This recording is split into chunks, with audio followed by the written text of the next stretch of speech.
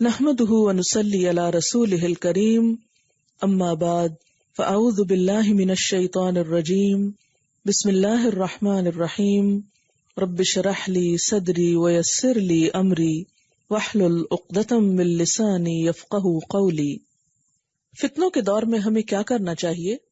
آئیے اس سلسلے میں رہنمائی کے لیے صحیح بخاری کی طرف رجوع کرتے ہیں کہ ایسے حالات میں ہمارا عملی رویہ کیا ہونا چاہیے۔ حضور اکرم صلی اللہ علیہ وسلم نے ہمیں ان حالات میں کیا تعلیم دی؟ باب ما جاء فی قول اللہ تعالی واتقوا فتنة لا تصیبن الذین ظلموا منکم خاصہ وما كان النبی صلی اللہ علیہ وسلم يحذر من الفتن۔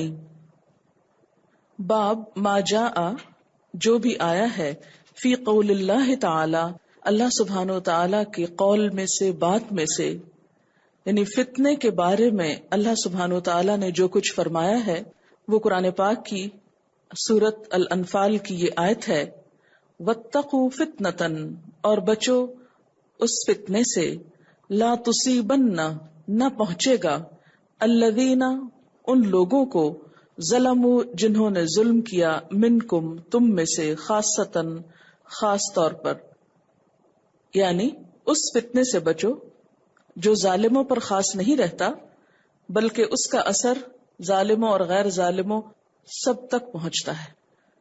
تو بنیادی طور پر کیا بتایا جا رہا ہے کہ فتنے سے بچنے کی کوشش کرو، فتنوں سے پناہ مانگو، فتنوں سے بچاؤ کرو، کیونکہ جب کوئی فتنہ پھیلتا ہے تو پھر اس کی سزا یا اس کا اثر یا اس کا نتیجہ صرف وہ لوگ نہیں بھگتتے جو اس فتنے کا سبب ہوتے ہیں یا اس سے متعلق ہوتے ہیں، بلکہ وہ ان تک بھی جا پہنچتا ہے جن کا براہ راست اس میں نہ کوئی قصور ہوتا ہے، نہ وہ اس میں کسی بھی طرح شامل ہوتے ہیں۔ یہ بالکل ایسا ہی ہے کہ جب ایک وبا پھیلتی ہے، ایک وائرس پھیلتا ہے، ایک بیماری پھیلتی ہے، تو وہ صرف ان لوگوں تک نہیں رہتی جنہوں نے کوئی بد پرہیزی کی ہوتی ہے یا جو اس کا پہلا ٹارگٹ ہوتے ہیں، بلکہ جب وہ پھیلنے لگتی ہے تو بہت سے صحت مند غیر متعلقہ افراد کو بھی اپنی لپیٹ میں لے لیتی ہے، اور اس طرح بہت سی بے گناہ جانیں ہلاک ہو جاتی ہیں۔ اسی طرح جب کسی ملک میں، کسی علاقے میں، کسی جگہ پر کوئی فتنہ پھیلتا ہے تو اس کے نتیجے میں بہت سے بے گناہ انسان اور بہت سے معصوم لوگ اس کا شکار ہو جاتے ہیں۔ اس لیے ہمیشہ فتنوں سے پناہ مانگنی چاہیے، اللہ تعالیٰ کی حفاظت طلب کرنی چاہیے۔ فتنے کا لفظی مطلب سونے کو آگ میں تپانا۔ فتنہ کا لفظی معنی کیا ہوتا ہے؟ یعنی ڈکشنری میننگ بنیادی طور پر لفظ کہاں سے؟ سونے کو آگ پہ تپانا۔ مثلاً آپ جیولر کے پاس لے کر جاتے ہیں اپنی انگوٹھی اور کہتے ہیں یہ سونے کی ہے، آپ اس کی قیمت لگائیے، تو اس کی اصل حقیقت پتہ کرنے کے لیے کہ یہ کس قیمت کا سونا ہے یا کس حیثیت کا ہے، تو عام طور پہ کیا ہے کہ اس کو گرم کر کے دیکھا جاتا ہے، تو گرم کرنے سے اس کی اصل حالت سامنے آنے لگتی اور مزید پگھلا کر اس کا کھرا کھوٹا ہونا بھی معلوم کیا جاتا ہے کہ اس کی اصلیت کیا ہے۔ تو اسی طرح فتنے کے معنی آزمائش بھی ہے، گناہ بھی ہے۔ فتنہ عام طور پر، آزمائش عام طور پر لوگوں کے کھرا کھوٹا ہونے کی پہچان کے لیے بھی آتی ہے۔ یعنی فتنے کو اگر آزمائش کے معنی میں لیا جائے تو اس سے کیا ہوتا ہے کہ جب کوئی فتنہ آتا ہے یا آزمائش آتی ہے یا ان یوزول سچویشن ہوتی ہے تو اس میں لوگوں کی اصلیت کھل جاتی، لوگوں کے ایمان کی حالت پتہ لگنے لگتی ہے، لوگوں کا اندر باہر آنے لگتا ہے جو عام نارمل سچویشن میں آپ نہیں پہچان سکتے۔ فتنہ کبھی عذاب کے معنی میں بھی آتا ہے، جیسے ایک آیت میں آتا ہے ذوقوا فتنتکم۔ فتنے سے مراد گناہ بھی ہوتا ہے، یعنی فتنہ آزمائش کے معنوں میں بھی، فتنہ عذاب کے معنوں میں، فتنہ گناہ کے معنوں میں بھی، جس کی سزا عام ہوتی ہے۔ اور عام طور پر فتنہ کب پھیلتا ہے، اس کا سبب کیا ہوتا ہے؟ جب لوگ دوسروں کو برائی سے نہیں روکتے تو پھر برائیاں اتنی عام ہو جاتی ہیں کہ وہ لوگ جو ڈائریکٹلی کسی برائی میں ملوث نہیں بھی ہوتے وہ بھی اس کا شکار ہو جاتے، ان تک بھی اس کا اثر پہنچتا ہے. مثلا اگر کسی بستی کے اندر بہت گندگی پھیل جائے تو اس کی بو صرف ان تک نہیں پہنچے گی جنہوں نے وہ گندگی پھیلائی ہوگی، دوسروں تک بھی پہنچے گی اگر دوسرے لوگ اس گندگی کے پھیلانے والوں کو روکیں گے نہیں، پکڑیں گے نہیں. اسی طرح جب کسی معاشرے کے اندر کوئی برا کام ہوتا ہے اور دوسرے لوگ دیکھتے رہتے ہیں اور وہ آگے بڑھ کر روکتے نہیں، اس کو ختم کرنے کی کوشش نہیں کرتے، تو نتیجہ کیا ہوتا ہے کہ ان گناہوں کی جو سزا ہوتی، اس کا جو اثر ہوتا ہے، پھر اس کا شکار سب لوگ ہو جاتے ہیں، اور وہ تمام بھی جو خود برا نہیں کر رہے ہوتے.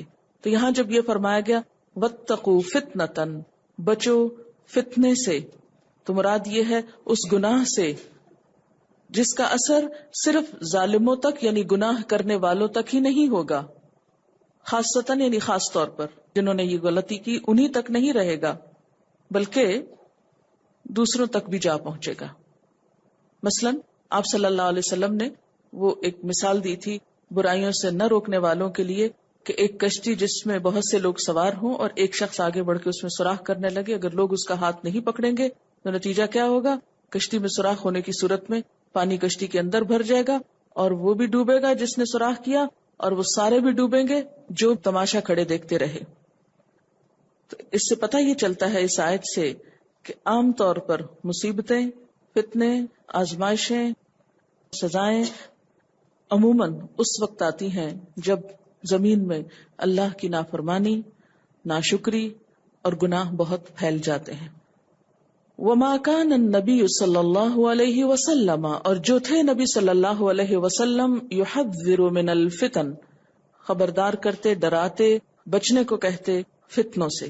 یعنی اس باب کے اندر وہ احادیث آئیں گی جس میں آپ صلی اللہ علیہ وسلم نے اپنی امت کو فتنوں سے بچنے کے لیے جو تلقین کی یا جن فتنوں کی طرف اشارہ کیا. اصل میں ایسی احادیث ہر دور میں جب ان کی تفسیر کی گئی تو لوگوں نے اپنے اپنے دور کے اعتبار سے ان کی مثالیں بیان کی. ہمیں کسی خاص دور سے ان کو ریلیٹ نہیں کرنا، ہم بطور مثال تو کہہ سکتے ہیں مثلا فلاں دور میں ایسا ہوا، لیکن دراصل یہ باتیں ہر دور کے لیے، اور حالات اگر کسی وقت زیادہ سے زیادہ بھی خراب ہوتے ہیں تو اس میں بھی یہ ہے کہ ایک حدیث میں آتا ہے نا کہ خدا کی قسم تم ضرور نیکی کا حکم دو گے اور ضرور برائی سے روکو گے، ورنہ تم پر ایسا وقت آئے گا کہ جب تم دعائیں کرو گے اور تمہاری دعائیں قبول نہ ہوں گی. حدثنا ابو نعیم حدثنا ابن عیینۃ عن الزہری وحدثنی محمود اخبرنا عبد الرزاق اخبرنا معمر عن الزہری عن عروۃ عن اسامۃ بن زید قال اشرف النبی صلی اللہ علیہ وسلم على اتم من آطام المدینۃ فقال هل ترون ما ارى قالوا لا قال فإني لأرى الفتن تقع خلال بیوتکم كوقع القطر. حضور صلی اللہ علیہ وسلم اشرف چڑھے، اوپر گئے. اشرف کا مطلب ہوتا ہے اوپر جانا، اشراف ظاہر ہونا، سامنے آ. علی اتم من آطام المدینہ، مدینہ کے محلوں میں سے ایک محلے پر چڑھے، یعنی اونچی جگہ پر چڑھے. فقال، پھر فرمایا، هل ترون، کیا تم دیکھتے ہو، ما ارا، جو میں دیکھ رہا ہوں، کیا تم کو وہ نظر آ رہا ہے جو میں دیکھ رہا ہوں. قالوا لا، لوگوں نے کہا نہیں. قال، آپ نے فرمایا، فإنی لأرى الفتن، میں فتنوں کو دیکھ رہا ہوں، جو مصیبتیں آنے والی ان کو اترتے دیکھ رہا ہوں. تقع خلال بیوتکم، جو تمہارے گھروں کے بیچ میں واقع ہوں گی. كوقع القطر، جیسے بارش کے قطرے، یعنی بارش جیسے قطروں کی شکل میں ٹپک کے گھروں کے اندر تک چلی جاتی ہے، ایسے ہی میں مدینہ کے اوپر فتنوں کی بارش ہوتے دیکھ رہا ہوں جو وقتاً فوقتاً مشکلات آئیں گی، اور آپ کے بعد آئیں. باب ظہور الفتن، فتنوں کا ظاہر ہونا. حدثنا عیاش بن الولید اخبرنا عبد الاعلی حدثنا معمر عن الزہری عن سعید عن ابی ہریرہ عن النبی صلی اللہ علیہ وسلم قال یتقارب الزمان، آپ صلی اللہ علیہ وسلم نے فرمایا، یتقارب الزمان، زمانہ ایک دوسرے کے قریب آ جائے گا. وینقص العمل، اور کام کم ہو جائے گا. ویلقى الشح، اور بخل ڈال دیا جائے گا. شح دل کی تنگی کو کہتے ہیں. وتظہر الفتن، فتنے ظاہر ہوں گے. ویکثر الحرج، اور حرج بڑھ جائے گا. قالوا یا رسول اللہ، لوگوں نے کہا اے اللہ کے رسول صلی اللہ علیہ وسلم، ایما ہوا، وہ کیا ہے، یعنی الحرج کیا ہے؟ قال القتل، القتل، قتل کی کثرت ہو جائے گی. وقال شعیب و یونس، شعیب اور یونس کہتے ہیں، واللیث و ابن اخی الزہری عن الزہری عن حمید عن ابی ہریرہ عن النبی صلی اللہ علیہ وسلم. اب یہ حدیث جو ہے اس کے معنی پہ غور کرنے کی ضرورت ہے. ایک وقت ایسا آئے گا کہ جب زمانہ قریب ہو جائے گا. قریب ہو جائے گا اس کا ایک معنی یہ لیا گیا ہے کہ وقت جلدی جلدی گزرنے لگے گا. مثلا ایک دوسرے کے قریب، یہ تقارب کا معنی کو ذہن میں رکھیے، یعنی سال کے بعد سال، فوراً ایک سال گزرے گا نہیں کہ سال فوراً آ جائے گا، جلدی جلدی سال گزریں گے. اور اسی طرح مہینوں پہ مہینے گزر جائیں گے. یا تقارب یعنی سال سال کے قریب ہو جائیں گے، مہینے مہینوں کے قریب ہو جائیں گے، ہفتے ہفتوں کے، دن دنوں کے. وقت تیزی سے گزرے گا. بعض لوگ کہتے ہیں کہ اس کا معنی کیا ہے کہ جیسے سال مہینے کے برابر ہو جائے گا، مہینہ ہفتے کے، اور دن گھنٹے کے برابر. اچھا، اس چیز کو تو آپ خود بھی محسوس کر سکتے ہیں کہ جیسے آپ چھوٹے تھے تو گرمیوں کی دوپہریں کتنی لمبی ہوتی تھی اور دن کتنے لمبے ہوتے تھے. تھوڑا سا تو میں بھی اس فرق کو محسوس کر سکتی ہوں کہ جو اس وقت اور اب میں تھا. لیکن اگر اس کو کئی سو سال پیچھے تک لے جائیں تو آپ دیکھیں گے کہ لوگ پیدل سفر کر رہے ہیں، میلوں پہ جا رہے ہیں، گھوڑوں پہ، اور آہستہ آہستہ. اور پھر بھی مثلاً بہت سارے جیسے ابن بطوطہ کی داستانیں ہیں، اور بھی تو ان لوگوں نے پوری پوری دنیا گھومی ہے اور اتنی بڑی بڑی کتابیں بھی لکھی. آج وقت ہی نہیں ہے لوگوں کے پاس. یعنی یہ شکوہ اور یہ جملہ ہر ایک کے منہ پہ ہوتا ہے، ٹائم نہیں ہے. یا یہ کہتے ہیں اچھا اتنا ٹائم ہو گیا، ابھی تو یہ تھا، یہ اتنا گزر بھی گیا. تو یہ تقارب الزمان. وینقص العمل، اور عمل کم ہو جائے گا. یہ جو عمل کم ہو جائے گا نا، اس کے بھی کئی معنی ہو سکتے ہیں.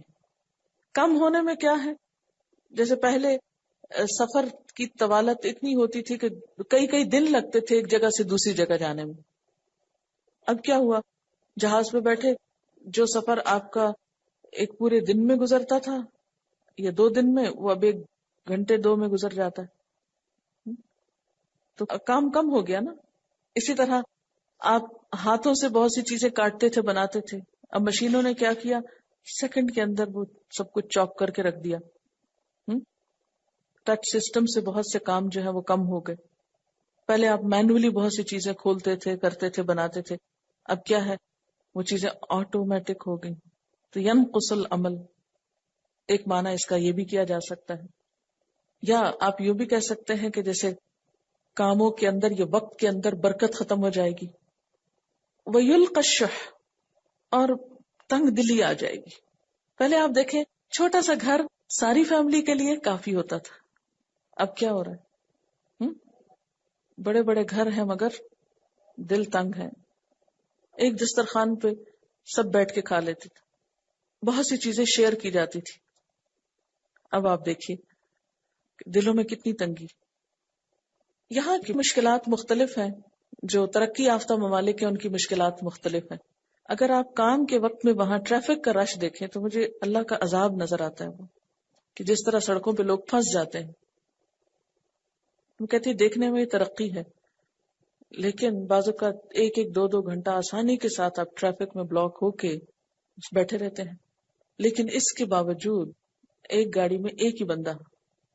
وہاں پر سڑکوں پر ایک مخصوص ٹریک بھی رکھے گئے ہیں مخصوص آورز میں کہ اگر کوئی 2 لوگ گاڑی پر ہیں تو وہ اس فاسٹ لین میں جا سکتے ہیں، انکریج کرنے کے لیے کہ ایک گاڑی میں 2 بیٹھو یا زیادہ بیٹھو.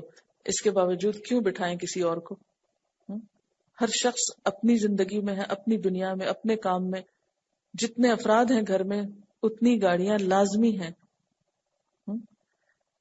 اسی طرح چھوٹی چھوٹی چیزوں میں، اب جیسے کھانا کھاتے ہیں نا، تو پہلے کیا ہوتا تھا ایک گلاس کو 2-3 لوگ شیئر کر لیتے تھے. اب نہیں کر سکتے. ایک پلیٹ کو شیئر کرتے تھے پہلے. آپ صلی اللہ علیہ وسلم نے اکٹھے کھانے کے لیے کہا ہے نا کہ اس سے برکت ہوگی. کچھ لوگ آئے اور انہوں نے کہا یا رسول اللہ صلی اللہ علیہ وسلم ہم کھانا کھاتے ہیں، ہم سیر نہیں ہوتے، ہمارا دل نہیں بھرتا. آپ نے فرمایا شاید تم الگ الگ کھاتے، مل کے کھاؤ. تو انہوں نے یہ طریقہ اختیار کیا اور انہیں تھوڑے کھانے میں بھی برکت ہونے لگی اور ان کو سیٹسفیکشن ہونے لگی. آج آپ دیکھیں کہ ہر ایک کی پلیٹ الگ ہو، ہر ایک کا گلاس الگ ہو، ہر ایک کی ہر چیز الگ ہو، اور اس کے باوجود صحت کا عالم دیکھیں سب کی. یلق الشح، شح دل کی تنگی اور اندر کے انقباض کی شکل ہے نا، کہ جس میں دوسرے کو برداشت نہ کرنا ہے. دراصل یعنی صرف مال کا بخل نہیں ہے، مال کی محبت اور خود غرضی تو ہے ہی، لیکن اس کے علاوہ بھی انسانوں کو برداشت نہ کرنا، کسی کی مداخلت برداشت نہ کرنا، کسی کے لیے کچھ تھوڑا سا بھی کچھ دینے کو تیار نہ ہونا. وہ تظہر الفتن، اور فتنے ظاہر ہونے لگیں گے. وہ یکثر الحرج، اور حرج بڑھ جائے گا. لوگوں نے پوچھا کہ یہ حرج کیا چیز ہے؟ تو آپ نے فرمایا القتل، قتل عام ہو جائے گا، انسانیت کا احترام اٹھ جائے گا. حدثنا عبید اللہ بن موسى عن الأعمش عن شقيق قال كنت مع عبد الله وأبي موسى فقال قال النبي صلى الله عليه وسلم إن بين يدي الساعة الأيام ينزل فيها الجهل ويرفع فيها العلم ويكثر فيها الهرج والهرج والقتل. یہ دو لوگوں نے حدیث بیان کی ہے. کہتے ہیں کہ نبی صلی اللہ علیہ وسلم نے فرمایا قیامت سے پہلے، بین یدی الساعة، قیامت سے پہلے، لأیامن، کچھ دن ہوں گے. دن سے مراد یعنی دنیا کے کچھ وقت ہوگا. ینزل فیہ الجہل، جس میں جہالت اتر آئے گی، جہالت کثرت سے ہوگی. ویرفع فیہ العلم، اس میں علم اٹھا لیا جائے گا. ویکثر فیہ الحرج، اور اس میں حرج بڑھ جائے گا. والحرج والقتل، اور حرج کیا ہے؟ قتل ہے. آج آپ دیکھیے کہ جہالت کتنی عام ہے. کہنے کو ہم مسلمان ہیں، لیکن کسی اور کو چھوڑ دیجیے، ہم اپنے بارے میں جانیں کہ ہم خود اپنے دین کو کتنا جانتے ہیں. ماسٹرز کو آپ دیکھیں کہ بڑی بڑی ڈگریاں ہیں، علم کا شہرا ہے، لیکن اس کے باوجود جہالت کی کتنی کثرت ہے. اور خصوصاً امت مسلمہ میں دین اور دنیا دونوں اعتبار سے جتنا شور ہے علم عام کرنے کا، اتنی ہی جہالت عام، پتہ ہی نہیں. ایک اور حدیث میں آتا ہے کہ علم اٹھا لیا جائے گا، اور علم کس طرح اٹھا لیا جائے گا؟ علماء کے اٹھنے سے. ایک کے بعد ایک فوت ہوتے جائیں گے لوگ، اور ان کی جگہ لینے والا کوئی نہیں ہوگا. اور آج آپ دیکھیں کہ جگہ کس طرح لیں، اس لیے کہ ہم نے اپنے ذہین بچوں کو دنیا کے پیچھے لگا دیا. وہ دین کے علم کے لیے تھوڑے مخصوص ہوئے. اب وہ کیا نتیجہ نکل رہا ہے اس کا کہ ہر چیز میں ماہرین موجود ہیں، دین کے ماہرین کی کمی ہو رہی ہے. دن بدن ایک جاتا ہے تو دوسرا اس کی جگہ لینے والا کوئی نہیں ملتا.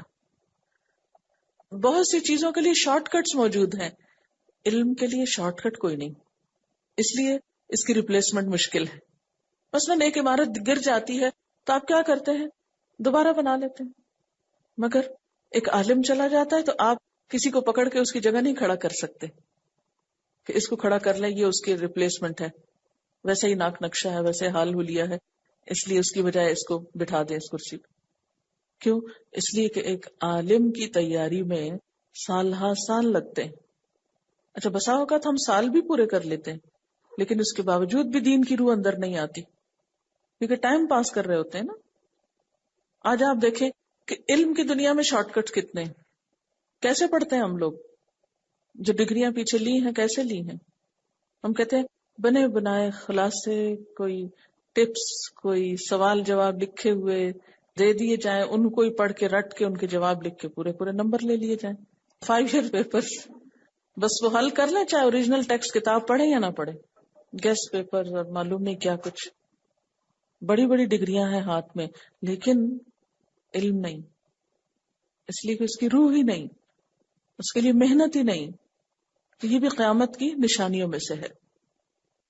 حدثنا محمد اخبرنا عبد الرزاق عن معمر عن حمام سمعت ابا هريرة عن النبي صلى الله عليه وسلم قال لا يشير احدكم على اخيه بالسلاح فانه لا يدري لعل الشيطان ينزع في يده فيقع في حفرة من النار. حضرت ابو ہریرہ رضی اللہ تعالی عنہ سے روایت ہے کہ حضور صلی اللہ علیہ وسلم نے فرمایا کوئی تم میں سے اپنے بھائی مسلمان پر ہتھیار نہ اٹھائے، خواہ وہ ایسے ہی کھیل کے طور پر کیوں نہ ہو. لا یشیرو، اشارہ بھی نہ کرے، یعنی مارنے کی نیت سے اٹھانا تو دور کی بات، اشارہ بھی نہ کرے، ارادہ بھی نہ کرے.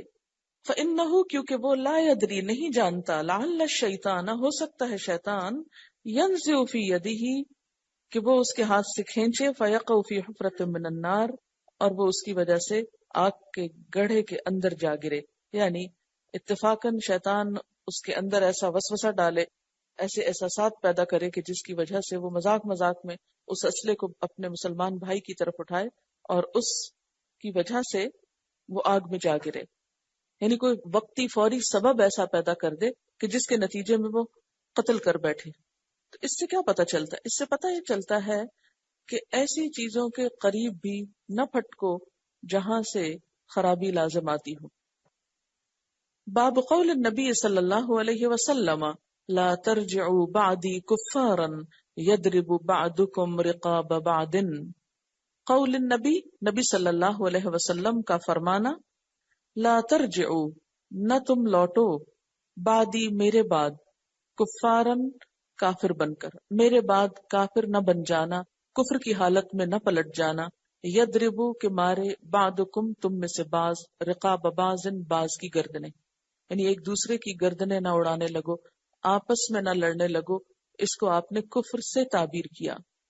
حدثنا عمر بن حفص حدثني ابي حدثنا الاعمش حدثنا شقيق قال قال عبد الله قال النبي صلى الله عليه وسلم سباب المسلم فسوق وقتاله كفر.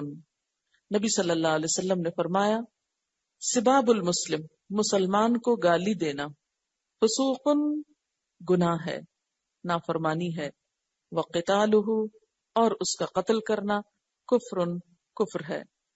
الا بحق، وہ جو قرآن پاک میں آتا ہے نا کہ مگر حق کے ساتھ، اس میں یہ کہ کسی قتل کے بدلے میں قتل کرنا یا شادی شدہ زناکار کا رجم کرنا. حدثنا احمد بن اشکاب حدثنا محمد بن فضیل عن ابیہ عن اکرمۃ عن ابن عباس قال قال النبی صلی اللہ علیہ وسلم لا ترتدوا بعدی کفارا یضرب بعضکم رقاب بعض. نبی صلی اللہ علیہ وسلم نے فرمایا، میرے بعد ایک دوسرے کی گردنیں مار کر کافر مرتد نہ بن جانا. حدثنا سلیمان بن حرب حدثنا شعبۃ عن علی بن مدرک سمعت ابا زرعۃ بن عمرو بن جریر عن جدہ جریر قال قال لی رسول اللہ صلی اللہ علیہ وسلم فی حجۃ الوداع استنصت الناس. نبی صلی اللہ علیہ وسلم نے حجۃ الوداع کے موقع پہ فرمایا، لوگوں کو خاموش کراؤ. ثم قال، پھر فرمایا، لا ترجعوا بعدی کفارا یضرب بعضکم رقاب بعض. دیکھو میرے بعد ایسا نہ کرنا کہ ایک دوسرے کی گردنیں مار کر کافر بن جاؤ. یعنی یہ آپ کی حجۃ الوداع کے موقع پر گویا آخری نصیحتوں میں سے تھی. باب اذا التقى المسلمان بسیفیہما، جب دو مسلمان اپنی تلواروں کے ساتھ ایک دوسرے سے ملے، یعنی لڑنے کے لیے. حدثنا عبداللہ بن عبد الوہاب حدثنا حماد عن رجل لم يسمه عن الحسن قال خرجت بسلاح ليال الفتنة فاستقبلني ابو بکرة فقال اين تريد. حسن بصری سے روایت ہے، کہتے ہیں خرجت، میں نکلا، بسلاحی، اپنے ہتھیار کے ساتھ، لیالی، راتوں کو، الفتنہ، فتنے کی. یہاں لیالی سے مراد زمانہ ہے، یعنی ایام، دن، دور، اور فتنے سے مراد جنگ صفین اور جنگ جمل ہے. فاستقبلنی ابو بکرہ، تو مجھے ابو بکرہ سامنے سے ملے. فقالا، تو کہا، اینا تریدو، کہاں جاتے ہو؟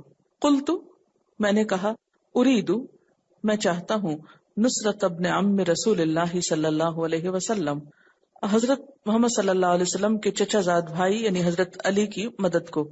قال قال رسول اللہ صلی اللہ علیہ وسلم، وہ کہنے لگے کہ نبی صلی اللہ علیہ وسلم نے فرمایا، اذا تواجہ المسلمان بسیفیہما فکلاہما من اہل النار قیل فہذا القاتل فما بال المقتول.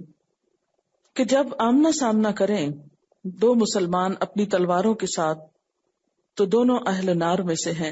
کہا گیا فہذا القاتل، یہ تو قاتل ہے، فما بال المقتول، تو مقتول کے بارے میں کیا خیال ہے. قال انہ اراد قتل صاحبہ، کہا کہ اس نے اپنے بھائی کے قتل کا ارادہ کیا. قال حماد بن زید فذکرت هذا الحدیث لایوب ویونس بن عبید وانا اريد ان يحدثاني به فقال انما روى هذا الحديث الحسن عن الاحنف بن قیس عن ابی بکرۃ. حماد کہتے ہیں کہ میں نے یہ حدیث ایوب اور یونس بن عبید سے بیان کی، میرا مطلب یہ تھا وہ دونوں یہ حدیث مجھ سے بیان کریں. انہوں نے کہا اس حدیث کو حسن بصری نے احنف بن قیس سے روایت کیا، انہوں نے ابو بکرہ سے.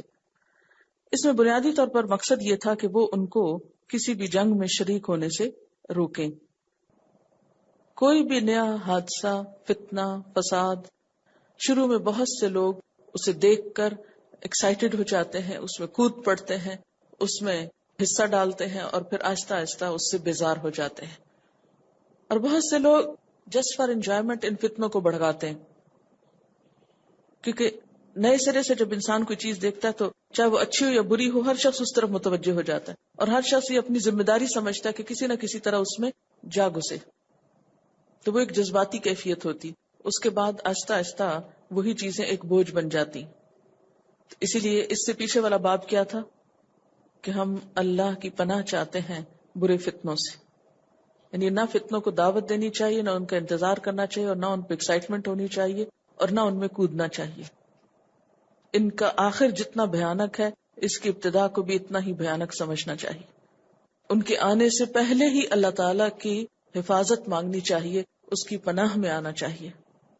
اس پیمانے کو جو نبی صلی اللہ علیہ وسلم نے دیا ہے اور ابھی آگے آئے گا، یعنی فتنے کو آپ صلی اللہ علیہ وسلم نے ایسے تشبیہ دی جیسے ایک سمندر کی موجیں اٹھتی ہیں. پہلے جب آ رہی ہوتی ہیں تو کتنی خوبصورت لگ رہی ہوتی ہیں، ان کو دیکھ کے ایک ایکسائٹمنٹ ہوتی ہے، لیکن جب وہ بیٹھ جاتی ہیں اور پھر کسی پہ آ پڑتی ہیں، تباہ کرتی ہیں، کسی کی جان لے جاتی ہیں اور پلٹ جاتی ہیں، تو پھر بعد میں کیا رہ جاتا ہے. اسی کو سامنے رکھ کر آپ اپنے پاکستان کی تاریخ میں بہت سے فتنے اور بہت سی تحریکیں اور بہت سے حالات جو گزر چکے ان پہ نظر ڈالیں تو ایسے ہی نظر آئے گا. کبھی کسی کے خلاف ایک تحریک چل رہی، کبھی کسی کے، تو شروع میں بہت سارے لوگ ایکسائٹمنٹ میں جلسوں جلوسوں میں حصہ لیتے ہیں. پھر ہر آنے والا دور پہلے دور سے بدتر اور ایک بدترین نتائج لیے ہوئے لوگوں پہ چھا جاتا ہے. بنیادی طور پر جس چیز سے روکا جا رہا ہے وہ جذباتیت ہے، کہ بغیر سوچے سمجھے کسی کا بھی طرفدار ہو جانا اور کسی بھی چیز میں کود پڑنا اور وقتی مسائل سے بچنے کے لیے ایسے ہنگاموں کے نظر ہو جانا، یہ کوئی عقل مندی کی بات نہیں. حدثنا عبد الله بن عثمان اخبرنا عبد الله اخبرنا يونس عن الزهري اخبرني حمزة بن عبد الله بن عمر انه سمع ابن عمر يقول قال رسول الله صلی اللہ علیہ وسلم. ابن عمر کہتے ہیں کہ نبی صلی اللہ علیہ وسلم نے فرمایا، اذا انزل اللہ بقوم عذابا، جب اللہ تعالیٰ کسی قوم پہ عذاب اتارتا ہے، اصاب العذاب من کان فیہم، اتارتا ہے عذاب ہر اس شخص پر جس قوم کے اندر ہوتا ہے. ثم بعثوا علی اعمالہم، پھر سب اپنے اپنے اعمال کے مطابق اٹھائے جائیں گے. یعنی جب کسی قوم پر کوئی مصیبت آتی ہے، یعنی اکٹھی کوئی آفت آتی ہے، اچھے برے سب مارے جاتے ہیں. عذاب تو برے لوگوں کی وجہ سے آتا ہے نا، لیکن آٹے کے ساتھ گھن بھی پس جاتا ہے. اب انسان یہ کہہ سکتا ہے کہ مثال کے طور پر آپ دیکھیے کہ اگر ایک عمارت تباہ ہوتی ہے تو اس میں اچھے برے سب لوگ ہوتے ہیں، نیک بد سب ہوتے ہیں. اب یہ تو نہیں ہو سکتا نا کہ عذاب آنے سے پہلے نیک لوگوں کو اٹھا کے کھڑکیوں سے باہر پھینک دیا جائے کہ یہ نیک ہیں اس لیے اللہ کے فرشتے ان کو اٹھا کے باہر لانے کو آئے. عذاب آئے گا تو سب پہ آئے گا، لیکن قیامت کے دن جب اٹھائے جائیں گے تو ہر شخص اپنے عمل کے مطابق اٹھایا جائے گا، اس کا معاملہ اس کے عمل کے مطابق ہوگا. دو مسلمان آمنے سامنے ہیں، ہر ایک اپنا ایک جواز رکھتا ہے، ہر ایک کے پاس اپنی ایک دلیل ہے. اب ان کی نیتیں اور ان کی دلیلیں اللہ کو معلوم ہیں. ہر ایک اپنی دلیل اور نیت کے ساتھ دنیا سے جا رہا ہے، جب اٹھایا جائے گا تو اسی کے ساتھ اٹھے گا. پھر یہ اللہ کا کام ہے کہ وہ جس کے حق میں جس چیز کا فیصلہ کرے. ایسے مواقع پر، ایسے اختلافات کے موقع پر ہمیں تبصرہ کرنے اور اس پہ رائے دینے اور ایک کے بارے میں کچھ اور دوسرے کے بارے میں کچھ اور کہنے کی گنجائش نہیں، کیونکہ تلک امۃ قد خلت لہا ما کسبت، وہ کچھ لوگ تھے جو گزر گئے، انہوں نے جو کچھ کیا وہ ان کے اپنے لیے. وَلَكُمْ مَا كَسَبْتُمْ، اور تمہارے لیے کیا ہے جو تم کرو گے. وَلَا تُسْأَلُونَ، تم نہ پوچھے جاؤ گے. اما کانوا یعملون، کہ وہ کیا کرتے رہے. جب ہم سے آخرت میں نہیں پوچھا جائے گا تو دنیا میں ہمیں فتوی دینے کی ضرورت کیا ہے. حدثني بشر بن خالد اخبرنا محمد بن جعفر عن شعبة عن سليمان سمعت ابا وائل قال قيل لأسامة الا تكلم هذا. ابو وائل کہتے ہیں کہ حضرت اسامہ بن زید سے کہا گیا الا تکلم هذا، کیا تم اس شخص سے بات نہیں کرو گے. اشارہ تھا حضرت عثمان کی طرف کہ ان کو سمجھاؤ گے نہیں. کہا جاتا ہے کہ جب انہوں نے اپنے کچھ رشتہ داروں کو کچھ علاقوں کا گورنر بنایا اور کچھ ان کو حکومت کے کاموں میں شریک کیا تو اس پر کچھ اور لوگوں نے اختلاف کیا. تو یہاں پر بھی حضرت اسامہ کو کہا گیا کہ تم سمجھاؤ گے نہیں، جاؤ تم سمجھاؤ. بعض اوقات ایسا ہوتا ہے نا جب رائے کا اختلاف ہوتا ہے اور جو جس کو صحیح سمجھتا ہے اس کی طرف سے ہو کر دوسرے کو جسے صحیح نہیں سمجھا جاتا اس کو سمجھانے کی کوشش کی جاتی ہے کہ دیکھو تمہاری یہ بات درست نہیں. بہرحال کالا وہ کہتے ہیں قد کلمتہ، میں نے آپ سے بات کی ہے لیکن سیکرٹلی، یعنی میں نے سمجھایا ہے، میں نے بات کی ہے. ما دون، اس کے سوا، ان افتح بابا، کہ میں ایک ایسا دروازہ کھول دوں، اکون اول من یفتحہ، کہ میں پہلا ہوں جو اسے کھولے. یعنی میں یہ نہیں چاہتا. یہ کون سے دروازے کی طرف اشارہ ہے؟ کہ میں لاؤڈلی یا اوپنلی ایسی باتیں کر کے لوگوں کے اندر فتنے کو ہوا نہیں دینا چاہتا، لوگوں میں بے چینی کو نہیں پیدا کرنا چاہتا. اس سے کیا پتہ چلتا ہے؟ صحابہ کرام کے سمجھانے کا بھی طریقہ کیا ہوتا تھا؟ ایون اجتماعی معاملات میں ایک اخلاق پتہ چل رہا ہے نا. کیا سمجھ میں آئی بات آپ کو حضرت اسامہ کے اس طرز عمل سے؟ یعنی حضرت اسامہ کو کسی نے کہا کہ جاؤ تم حضرت عثمان کو سمجھاؤ. کیا سمجھاؤ؟ کہ وہ اپنے رشتہ داروں کو حکومت میں شامل نہیں کریں. اچھا، اب آپ دیکھیں کہ وہ کہتے ہیں کہ میں ان سے بات کر چکا ہوں اور سیکرٹلی بات کی ہے، میں نے خاموشی سے سمجھایا ہے، اور میں یہ نہیں چاہتا کہ میں وہ پہلا شخص ہوں جو یہ دروازہ کھولے. کیا مانا؟ کہ لوگوں کو بھی اس میں انوالو کروں. جس سے ریلیٹڈ بات ہو خاموشی سے جا کے اس کو سمجھایا جائے. ہمارا طرز عمل کیا ہے اس کے علاوہ سب کو بتاتے ہیں. یعنی اختلاف رائے کا مطلب بدتمیزی کرنا یا رسوائی کرنا نہیں ہوتا. یعنی آپ اگر کسی کو کوئی بات کہنا بھی چاہتے ہیں، سمجھانا چاہتے ہیں، کسی کو کسی چیز سے روکنا چاہتے ہیں، تو اس میں آپ خیرخواہی سے کام لیں. یہ ہمارا ایک بہت ہی تکلیف دہ عمل ہے ہم مسلمانوں کا، اور خصوصاً جب فتنہ ہوتا ہے کہیں تو اس دور میں ایسی چیزیں اور زیادہ عام ہو جاتی ہیں، اور ہر شخص ان کو اپنے لیے جائز قرار دے دیتا ہے کہ میرے لیے اب کسی بھی لیڈر کے اوپر بات کرنا جو ہے وہ ایک جہاد ہو گیا ہے. میں جس مجلس میں چاہوں، جیسے چاہوں رسوا کروں، سچی جھوٹی باتیں اس کے خلاف کروں. اس کا نقصان کیا ہوتا ہے؟ لوگوں کے اندر کس قدر بے چینی پھیلتی. بعض باتیں سچی ہوتی ہیں اور بعض بالکل جھوٹی ہوتی ہیں اور سنی سنائی ہوتی ہیں، اس کی کوئی بھی حقیقت نہیں ہوتی. اس سے عوام میں ایک عام انتشار پھیلتا ہے، اس انتشار کے نتیجے میں تنزل ہی تنزل ہوتا ہے. اس سے اصلاح کچھ نہیں ہوتی. اپنے بارے میں سوچیں کہ مثلاً آپ کو کسی بھی شخص سے اختلاف رائے، کوئی بھی ہو سکتا ہے، گھر میں آپ دیکھتے ہیں مثلاً آپ کے خاندان کے کسی بزرگ نے کیا جو کہ آپ کو اسلامکلی درست نہیں لگتا یا اخلاقی طور پہ درست نہیں لگتا، کیونکہ بڑے ہونے کا مطلب یہ نہیں معصوم عن الخطا ہونا کہ انسان غلطیوں سے بھی پاک ہو گیا. یعنی کسی شخص کے بڑے ہونے کا مطلب یہ تو نہیں، کوئی کتنا بھی بڑا ہو اس سے غلطی تو ہو سکتی کہ نہیں ہوتی. کوئی استاد ہو سکتا ہے، کوئی والد ہو سکتا ہے، کوئی عمر میں، علم میں، رتبے میں، مرتبے میں، مقام میں آپ سے بڑا ہو سکتا ہے. اب آپ اس معاملے میں سمجھ زیادہ رکھتے ہیں اور آپ دیکھ رہے ہیں کہ دوسرا شخص جو ہے وہ صحیح نہیں کر رہا. ایسے میں آپ کا طرز عمل کیا ہونا چاہیے اور کیا ہو سکتا ہے؟ نمبر 1، بعض لوگ تو عزت اور احترام کے مارے بات ہی نہیں کریں گے اور اس کو غلطی پہ غلطی کیے جانے دیں گے. یہ بھی کسی کی خیر خواہی نہیں ہے. اب یہاں پر کیا ہوا؟ وہ کہتے ہیں کہ مجھے یہ بات پسند نہیں آئی کہ میں ہوں وہ شخص، یعنی اعلانیہ ان کو برا بھلا کہہ کے فتنے اور فساد کا دروازہ میں پہلے کھولوں. اور اس کا یہ بھی نہیں مطلب وما انا بالذی اقول لرجل، اور نہیں ہوں میں وہ شخص کہ کہوں کسی شخص کو بعد ان یکون امیرا، اس کے بعد کہ وہ امیر بن جائے، علی رجلین، 2 لوگوں پر بھی، انت خیرن، کہ تم بہت اچھے ہو. یعنی نہ تو میں کسی کو پبلکلی کرٹیسائز کروں گا اور نہ ہی اس کی خوشامد کروں گا.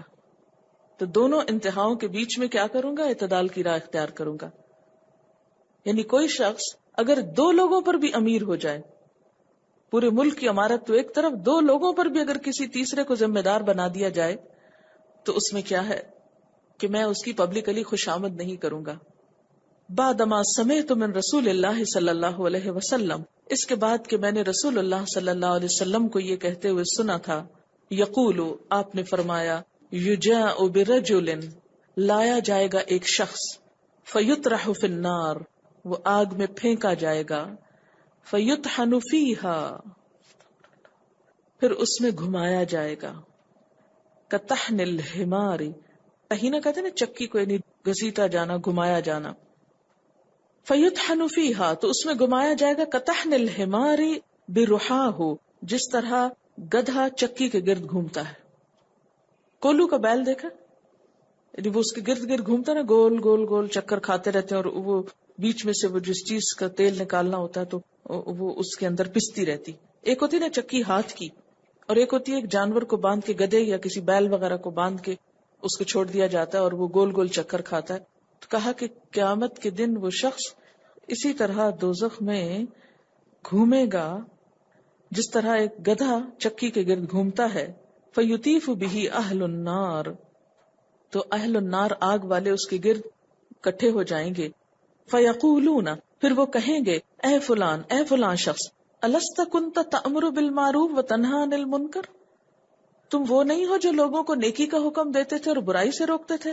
فَيَقُول، تو وہ کہے گا، إِنِّي كُنْتُ آمُرُ بِالْمَعْرُوفِ، ہاں میں نیکی کا حکم دیتا تھا، وَلَا أَفْعَلُهُ، اور میں خود نہیں کرتا تھا اس کو. وَأَنْهَىٰ عَنِ الْمُنْكَرِ، اور میں برائی سے روکتا تھا، وَأَفْعَلُهُ، اور خود اس کو کرتا تھا. یعنی عام دوزخیوں سے بھی بڑھ کر اس شخص کی سزا ہوگی جو لوگوں کو تو نیک بننے کی تلقین کرے اور خود اپنی طرف توجہ نہ کرے، لوگوں کو تو برائی سے روکے اور خود انہی برائیوں میں مبتلا رہے. یعنی جس برائی کو وہ لوگوں کے لیے ناپسند کرے، خود اس میں مبتلا ہو. حضرت اسامہ نے اس موقع پہ یہ حدیث کیوں سنائی؟ کہ میں تلقین کر رہا ہوں اور میں ایک بات کو سمجھا رہا ہوں، اور میں اس کو پبلکلی اس لیے نہیں کرنا چاہتا کہ اس سے اور بھی بہت سے لوگوں کا دھیان ایسی باتوں کی طرف چلا جائے گا، اور لوگوں میں تو میں لیڈر بن جاؤں گا. یہ لیڈر بننے والی بات ہوتی ہے نا. مثلا میں یہاں بیٹھ کر، اس مائک میرے ہاتھ میں ہے، تو میں کسی کو بھی برا بھلا کہنا شروع کر دوں یا کسی کی بھی تعریفوں کے پل باندھوں، تو اس سے کیا ہوگا کہ شاید میں ایک لیڈر بن جاؤں، کو اوپینین دے کے کہ ہاں ہاں یہ بات تو بہت مزے کی ہے، لوگ اس کو انجوائے کریں اور ہو سکتا ہے تالیاں بجائیں. لیکن اتنے سارے لوگوں کا دھیان ایک ایسی بات کی طرف لگا کر خود اپنی عملی زندگی میں کوئی تبدیلی نہ ہو، تو یہ ایک مذاق کی بات نہیں ہے. آج آپ دیکھیں کہ ہو کیا رہا ہے نا، چھوٹے چھوٹے مواقع پر آگ بھڑکا کے لوگوں کے درمیان دنیاوی اعتبار سے تو بہت عزت اور شان و شوکت مل جاتی، بہت اپریسیشن بعض اوقات ملتی، لیکن اللہ کے ہاں جواب دہی بھی بہت بڑی ہے. اس لیے غیر محتاط باتیں کرنا اور بے وجہ اوپینین دیتے رہنا اور مشورے دیتے رہنا، اس چیز سے پرہیز کرنے، بچنے اور احتیاط برتنے کی ضرورت ہے. اب دیکھیے ہماری اخباریں صرف بیانات سے بھری ہوتی، یہ بیان دینے سے ہی تو پرہیز کر رہے ہیں. یہاں پر یہ آپ دیکھیں نا کہ ایک طرح سے وہ بیان نہیں دے رہے، لوگوں نے کہہ رہے ہیں آپ کیوں نہیں کچھ کہتے، آپ کہیں ان کو. تو ایک طریقہ کیا تھا کہ حضرت اسامہ جو تھے وہ حضرت عثمان کی پالیسیز کو پبلکلی کرٹیسائز کر کے، اگر اس دور میں نیوز پیپرز ہوتے، اخبار ہوتے، ٹیلی ویژن ہوتے، تو ان کی ہیڈ لائنز آتی کہ آج اس بات پر اسامہ بن زید نے یہ بات کہی ہے، تو لوگ بھی جن کا دھیان نہ بھی ادھر ہوتا وہ بھی لپک پڑتے، اوہ اچھا یہ کہا. ایک ایکسائٹمنٹ تو ہوتی لوگوں میں، تبصرے شروع ہو جاتے، لیکن نتیجہ کیا نکلتا؟ کیا اس سے اصلاح ہو جاتی؟ آج ہم سب کو اپنے رویوں کو پرکھنے اور پھر اصل کی طرف لوٹنے اور اس کی روشنی میں دیکھنے کی ضرورت ہے، اور اس کے مطابق اپنے حالات کی اصلاح کی ضرورت ہے. وَأَنْ أَبِي هُرَيْرَةَ، حضرت ابو ہریرہ رضی اللہ تعالی عنہ سے روایت ہے، قال، کہتے ہیں، قال رسول اللہ صلی اللہ علیہ وسلم، رسول اللہ صلی اللہ علیہ وسلم نے فرمایا، بادروا، جلدی کرو، جلد کر لو، بالاعمال، اعمال یعنی عمل کرنے میں جلدی کرو، فتنن، فتنوں کے ڈر سے، یعنی اس سے پہلے کہ کوئی فتنہ آ پڑے اس سے پہلے جو نیکی کا کام کرنا ہے کر لو. فتنے بھی ایسے ہوں گے کقطع اللیل المظلم، اندھیری رات کے ٹکڑوں کی طرح. رات کے اندھیرے میں جیسے انسان کو پھر اپنا ہاتھ بھی سجائی نہیں دیتا، کہ اس میں انسان کو پھر پتہ نہیں چلتا کہ اسے کس طرف جانا ہے. اور ان فتنوں کی وجہ سے انسان کا حال کیا ہوگا؟ یصبح صبح کرے گا، الرجل ایک شخص، مؤمنن ایمان کی حالت میں، ویمسی اور شام کرے گا کافرن کفر کی حالت میں۔ صبح کو مومن اٹھے گا لیکن شام ہونے سے پہلے کافر ہو چکا ہوگا۔ ویمسی مؤمنن شام کو مومن ہوگا، ویصبح کافرن اور صبح تک کافر ہو چکا ہوگا۔ کیسے؟ یبیع بیچے گا، دینہ اپنے دین کو، بعرض من الدنیا دنیا کے تھوڑے سے سامان، عرض المتاع الحیات الدنیا، عرض کہتے ہیں نا تھوڑا سا سامان، دنیا کے تھوڑے سے سامان کے عوض وہ اپنے دین کو بیچ ڈالے گا دنیا کی خاطر۔ رواہ مسلم، مسلم نے روایت کیا۔ ہر جگہ کے مسلمانوں کی آزمائش الگ ہے، مختلف ہے، یہاں کی آزمائش فرق ہے، کسی اور علاقے کی آزمائش مختلف ہے۔ یہ حدیث پہلے بھی میں نے پڑھ رکھی تھی تو میں سوچتی تھی کہ بھلا یہ کیسے ہو سکتا ہے نا کہ ہم لوگ مسلمانوں کے اندر رہتے ہوں، ہمارے آبا و اجداد مسلمان ہوں، دوست عزیز رشتہ دار مسلمان ہوں، اور پھر ان میں سے کوئی کافر ہو جائے اور وہ اپنے دین کو چھوڑ دے۔ عام طور پر سب ایک دوسرے کو سنبھالا دیتے ہیں، پکڑ کر رکھتے ہیں، لیکن جتنی بڑی آزمائش آتی ہے نا اتنا ہی بڑا ایمان کا امتحان ہوتا ہے۔ تو وہ مسلمان جو مائنارٹیز میں ہیں اور ایسے علاقوں میں رہتے ہیں کہ جہاں آس پاس مسلمان کم ہیں اور ہر طرف کافر ہی بستے ہیں، تو ایسے حالات میں، ایسی مشکلات میں ان کے لیے اپنے ایمان پر، اسلام پر قائم رہنا مشکل ترین کام ہوتا ہے، اور دنیا کی خاطر، اپنے کاروبار کی خاطر، جاب کی خاطر، بزنس کی خاطر اپنی نماز چھوڑ دینا، اپنا حجاب چھوڑ دینا، اپنے اسلامی شعار کو پامال کر دینا، یہ بہت عام ہوتا جا رہا ہے۔ اور تو اور اب مسلمان اور کافر کے درمیان ایک بہت بڑا فرق کیا ہے؟ نماز۔ تو بہت سے لوگوں نے مسجدوں میں جانا چھوڑ دیا، بہت سے لوگوں نے اپنی جاب پلیس پہ نماز چھوڑ دی کہ پتہ نہ چلے کہ ہم مسلمان ہیں۔ تو میں سوچتی ہوں کہ اللہ تعالیٰ نے 5 نمازیں کیوں فرض کی ہیں، اور دن میں 5 دفعہ ایک عملی طور پر ایک اظہار، بیٹھے بیٹھے ہم دل میں بھی تو دعائیں پڑھ سکتے تھے، لیکن کیوں کہا ایکشن کے ساتھ؟ سب کو پتہ چل جاتا ہے کہ یہ کون ہے۔ فرق ہے نا، ایک حد فاصل ہے۔ اور کس وجہ سے؟ یبیع دینہ، یا ایمان کا لفظ نہیں ہے، یبیع دینہ، اپنے دین کو بیچ ڈالتا ہے۔ بیچنے کا کیا مطلب ہوتا ہے؟ کچھ لینے کے لیے کچھ دے دینا، یعنی اپنا ایمان دے دیتا ہے، کس لیے؟ کہ دنیا لے سکے، دنیا کے مفادات کی خاطر۔